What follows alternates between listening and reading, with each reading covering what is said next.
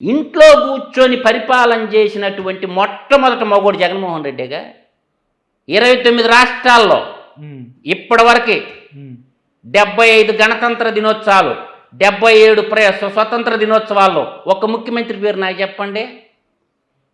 Entire chief సెక్రటరీని ఇంట్లో కూర్చొని పెట్టుకొని పరిపాలన చేస్తున్నటువంటి వ్యక్తి ఒకే ఒక్కడు ఈ భారతదేశంలో, that is Jaganmohan Reddy. IAS ఆఫీసర్లు తన కాలి చెప్పు కింద పెట్టుకున్నాడు. రాజ్యాంగం నా చుట్టం అంటుండు. మోడీ అంటున్నన్ని రోజులు జగన్మోహన్ రెడ్డి నా ఎంటికి కూడా ఓడదంటుండు. ఆయన చెప్పింది డైలాగ్, నాది కాదు. ఈ న్యాయ వ్యవస్థ అన్నా జగన్మోహన్ రెడ్డికి లెక్కలేదు, ప్రజాస్వామ్యం అన్నా జగన్మోహన్ రెడ్డి లెక్కలేదు. ప్రజలందరూ, ఈ ఎమ్మెల్యేలందరూ అతనికి సామంతరాజులు అంతే. ఇప్పుడు రేవంత్ రెడ్డి ముఖ్యమంత్రి అయిండు, సెక్రటరీకి పోతుండా లేదా? వెళ్తున్నాడు కదండి. కర్ణాటక ముఖ్యమంత్రి సిద్ధరామయ్య ఉండు, సెక్రటరీకి పోతుండా లేదా? వెళ్తాడా? తమిళనాడు ముఖ్యమంత్రి స్టాలిన్ ఉండు, డిఎంకే పార్టీ, పోతుండా లేదా? పక్కనున్న ఒడిశా ముఖ్యమంత్రి నవీన్ పట్నాయక్ పోతుండా లేదా సెక్రటరీకి? మన బోర్డర్ పంచుకున్న రాష్ట్రాలు చెప్తుండా. అయితే జగన్మోహన్ రెడ్డి ఇంట్లో నుంచి కూర్చొని ఇంట్లో సీఎం ఆఫీస్ నడిపిస్తుండా లేదా? సచివాలయంలో పనిచేయాల్సినటువంటి ఐఏఎస్ ఆఫీసర్లు, ఐఆర్ఎస్ ఆఫీసర్లు ఎక్కడ కూర్చొని పనిచేస్తారు? తాడేపల్లి ప్యాలెస్ నుంచే, వాళ్ళ ఇంటి నుంచే, జగన్మోహన్ రెడ్డి ఇంట్లో నుంచే. అవునా కదా? భారత రాజ్యాంగం ఏం చెప్తుందే? ఇదే ప్రజాస్వామ్యమా? ఇదే గణతంత్రమా? ఇవాళ అంతెందుకండి పిఎం ఆఫీస్ మోడీ గారు ఎక్కడ కూర్చొని పనిచేస్తున్నా చెప్పమానండి. దేశ ప్రధాని మోడీ గారు, ఫడ్నవీస్ మహారాష్ట్ర ముఖ్యమంత్రి ఆడ కూర్చొని పనిచేస్తున్నా నాకు చెప్పమానండి. 20 కోట్ల జనాభా ఉన్నటువంటి యోగి ఆదిత్యానంద్ ఆడ కూర్చొని పనిచేస్తుండండి. అంటే దీన్ని బట్టి అర్థం చేసుకోవచ్చు, ప్రజాస్వామ్యం అన్నది ఆంధ్రప్రదేశ్లో మచ్చు గోడ కానరాదు. ఓకే.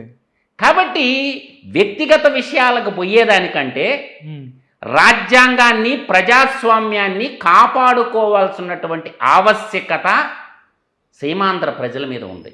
ప్రజాస్వామ్యం అనేది బతికుంటే నువ్వు ఏం చేసినా నడుస్తుంది.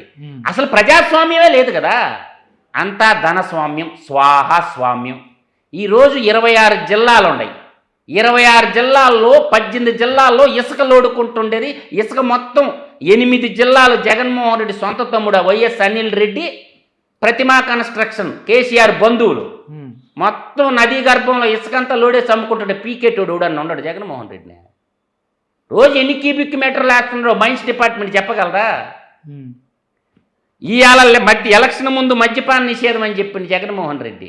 ఆడవాళ్ళందరూ ఓట్లేశారు నమ్మి. 1994లో స్వర్గీయ నందమూరి తారక రామారావు మద్యపాన నిషేధం అని చెప్తే కాంగ్రెస్ పార్టీకి ప్రతిపక్ష హోదా కూడా లేదు. 26 సీట్లు వచ్చినాయి ఉమ్మడి రాష్ట్రం 294లో. ఆడవాళ్ళు మగోళ్ళు రోజు తాగి ఇళ్ళకొచ్చి కొడతారని చెప్పి నిన్ను నమ్మి ఓటేసారు. ఇవాళ మద్యం వ్యాపారాన్ని పెట్టుకొని 1,15,000 కోట్లు సొంత డిస్టిలరీలతో నడిపించుకుంటూ మద్యం వ్యాపారం చేసుకుంటుండ్రు.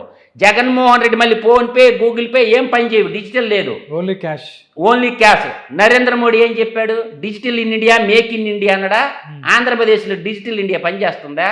అవుపట్టంలా నరేంద్ర మోడీ గారికి, అవుపట్టంలా. కానీ భారతదేశ ప్రధానికి అంతా తెలుసు. భారతదేశ ప్రధాని గారికి ఆంధ్రప్రదేశ్లో జరిగే అన్యాయాలు, అక్రమాలు అన్నీ తెలుసు.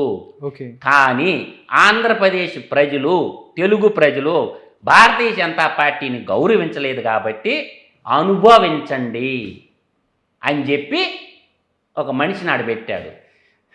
శిక్ష ఎస్ జగన్మోహన్ రెడ్డి కాదు, తెలుగు చాలా తెలివైనడు మన దేశ ప్రధాని గారు. ఓకే.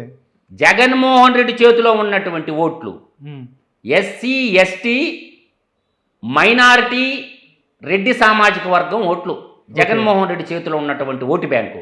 అది ఎప్పుడూ భారతీయ జనతా పార్టీకి ట్రాన్స్ఫర్ కాదు. అక్కడ ఏంటంటే చంద్రబాబు నాయుడిని చంపేయాలా, తెలుగుదేశం పార్టీని చంపేయాలా, అప్పుడు మన స్పేస్ వస్తుంది.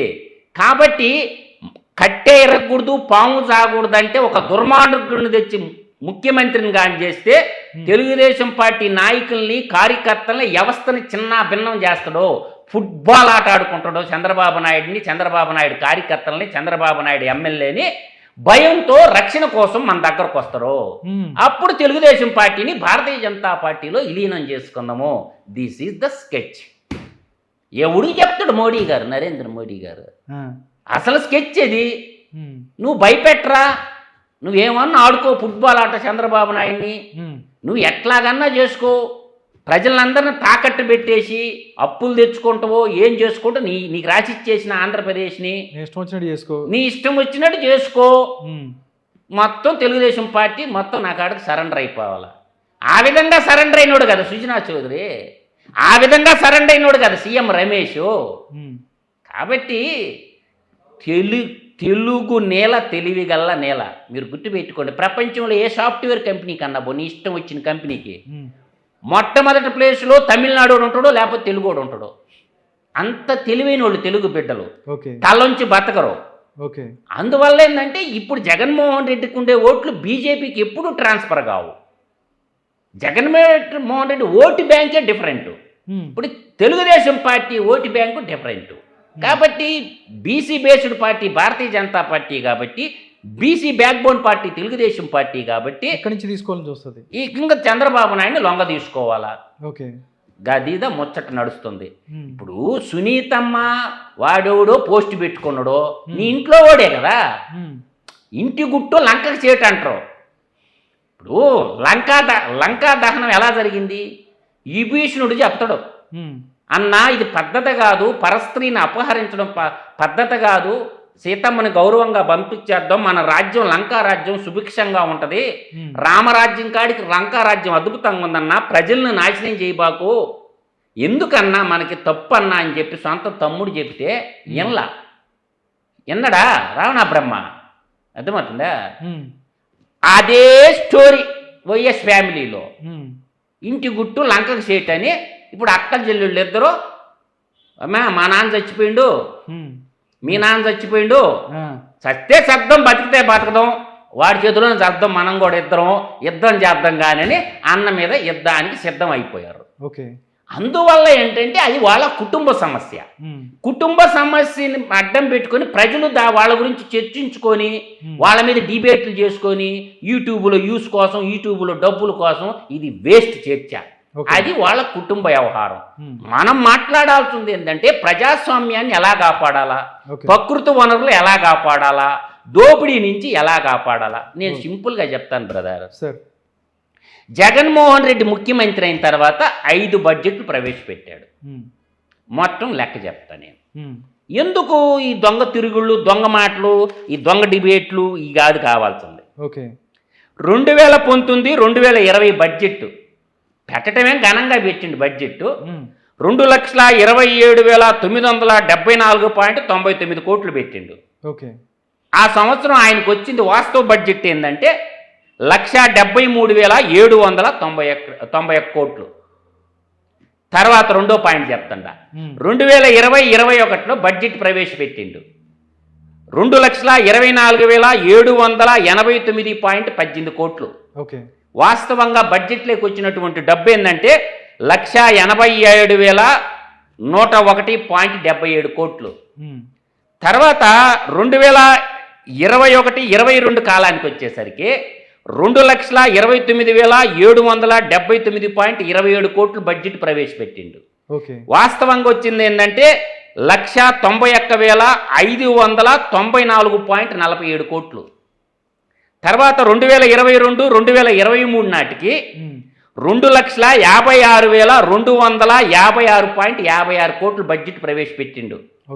దాంట్లో వచ్చినటువంటి డబ్బు ఎంత అంటే ప్రజల సొమ్ము 2,40,509.34 కోట్లు. తర్వాత 2023-2024కి వచ్చేటానికి 2,79,279.27 కోట్లు బొగ్గన రాజేంద్ర నాయుడు అసెంబ్లీలో ప్రవేశపెట్టిన బడ్జెట్.